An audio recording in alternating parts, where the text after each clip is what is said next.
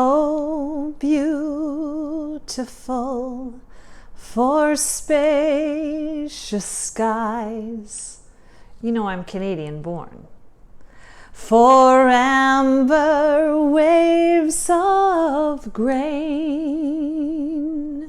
And I became an American citizen when I was 21, just a few years ago.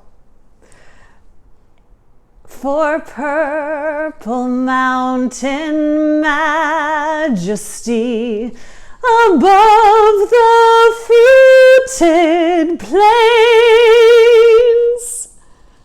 I feel called to make a Manhattan, to celebrate democracy, to make a different Manhattan, something I'm calling an immigrant Manhattan. This Manhattan isn't just made of American whiskey. This Manhattan is made from a collection of spirits from many different countries. So let's get to it. I have an ounce of Japanese whiskey, a half an ounce of Reposado tequila. You know, they used to call tequila Mexican whiskey. So I'm going to go ahead and throw in a half an ounce of that. And a half an ounce of American Kentucky rye whiskey.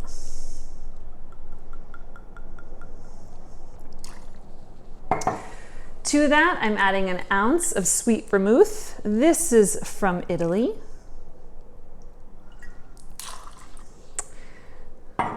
And 2 dashes of bitters from Trinidad and Tobago. I'm simply going to mix this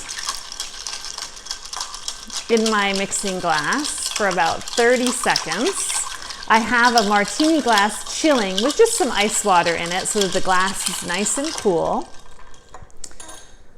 I'll dump out my chilling mixture and pour in my cocktail. Last but not least, I'm going to garnish it with some cherries, some Luxardo cherries, which are Italian, but what's more American than cherries, like cherry pie? America, America, God shed his grace on thee and crown thy good in brother and sisterhood